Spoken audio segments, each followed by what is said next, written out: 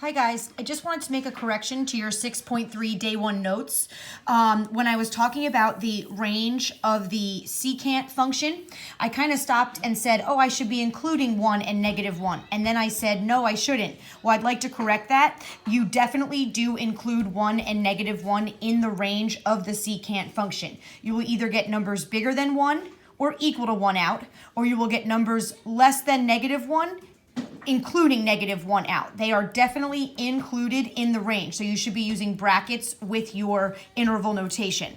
And the same thing goes for the cosecant function. The cosecant function, 1 and -1 are included in his range. You will either get numbers bigger than 1 out, including 1, or you will get numbers less than -1 out, including -1. So again, you should be using brackets in your interval notation. They are definitely in the range of the cosecant and the secant function.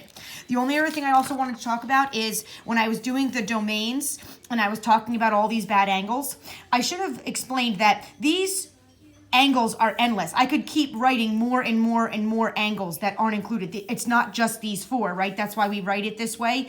It's any angle, bad angle starting at pi over 2 plus or minus pi radians away from that angle times k revolutions. So again, it's not just these ones. These are just to get you started. But any odd integer multiple of pi over 2 is an angle that is not in his domain.